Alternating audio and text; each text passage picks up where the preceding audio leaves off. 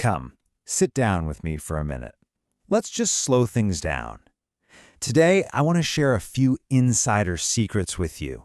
The kind of hidden operating system of the world when it comes to money, life, and society that, well, most adults never really bother to explain to their kids. But you're smart, and we're going to decode this together, starting with a story about something you actually know very well. $85.3 billion. Recently, a piece of international news caught my eye, and honestly, it reveals a pretty harsh truth about how the world works. You know that massive 70-year-old Pizza Hut empire we always order from for family parties? Well, its American parent company, Yum Brands, is selling its operations to an investment firm for $2.6 billion US. That is roughly 85.3 billion Taiwan dollars, and to survive, they are ruthlessly closing hundreds of their traditional stores just to stop the financial bleeding. So the big question for us to figure out is this. How could a massive global empire fall to a state like this? How does a reigning king of the food world suddenly find itself forced to sell its own crown just to survive? Now, I want you to look at this not through some complicated, boring finance lens, but through that sharp, everyday logic I know you already possess. What exactly changed? Well, think of the old Pizza Hut as a heavy dinosaur. Its greatest strength used to be those massive, beautiful dine-in restaurants where we'd sit down, relax, and enjoy the air conditioning.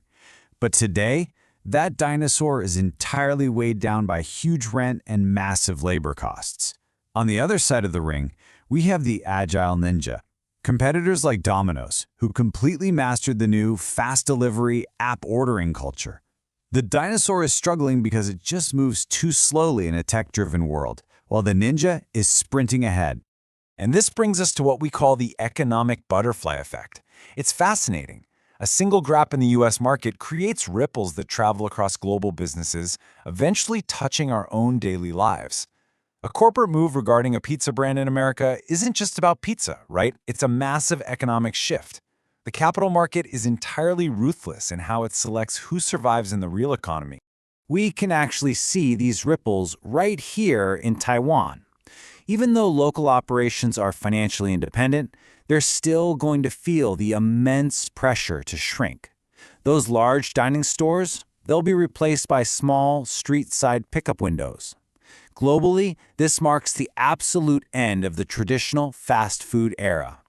The reality of the future relies on AI dispatching, automated ordering, and tiny physical footprints.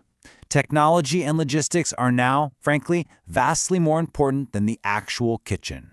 This brings us to a very grown-up economic term, the paradigm shift. But honestly, let's just think of it as a massive game update in one of your favorite video games. Imagine you're playing a game where the winning strategy was always to build the biggest, strongest castle. Suddenly, the developers update the game, and now the player with the fastest character wins. Your big castle is totally useless. That is exactly what's happening out there in the real world. Survival now requires adapting to entirely new rules of speed and digital convenience. Section 1. The World Cafe.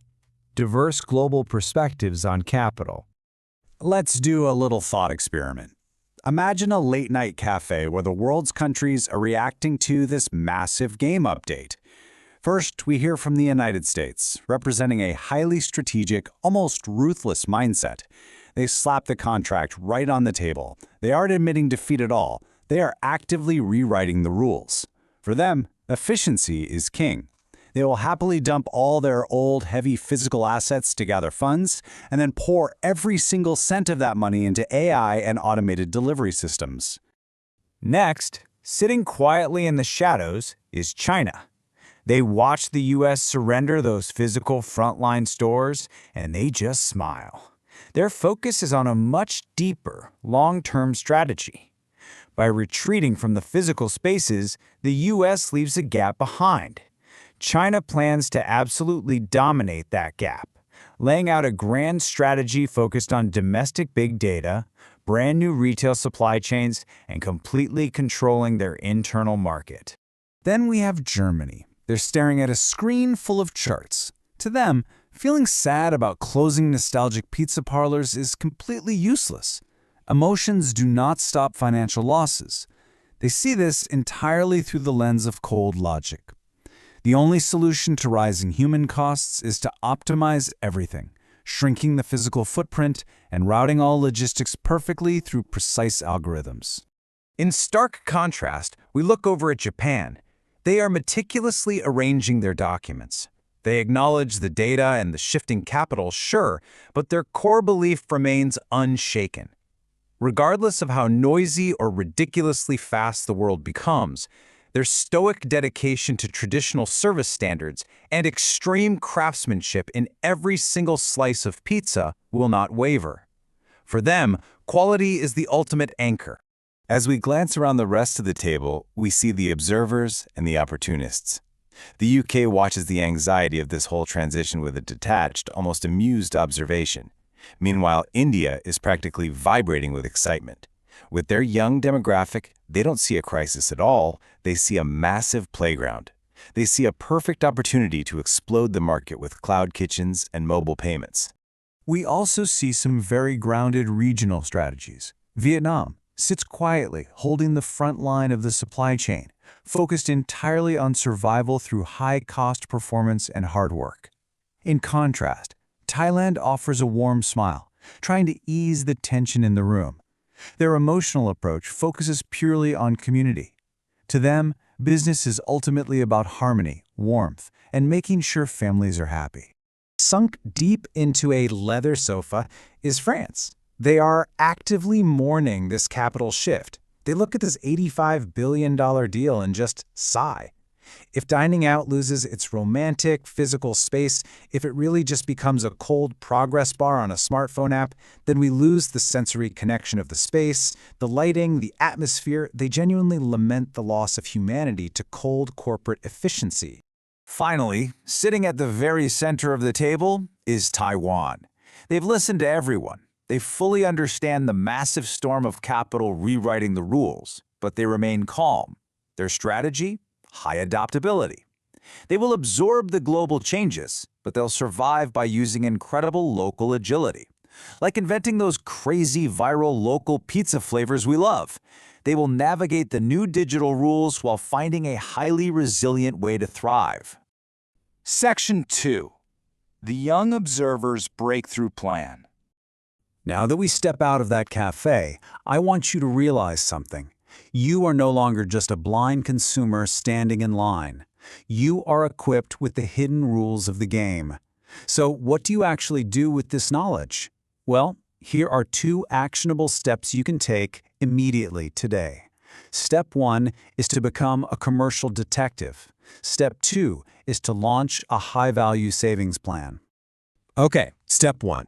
The next time you go grab boba or hit up McDonald's with your friends, I want you to be a commercial detective. Just look up from your phone for a minute, really observe the business. Are there more people eating inside or more delivery drivers waiting outside? Is their ordering app actually easy to use? What you are looking for is their digital moat, their ability to survive that massive game update we talked about. This is exactly how you build your own sharp business intuition. Step 2 is all about long-term investment. When you save your allowance, I want you to split it right down the middle.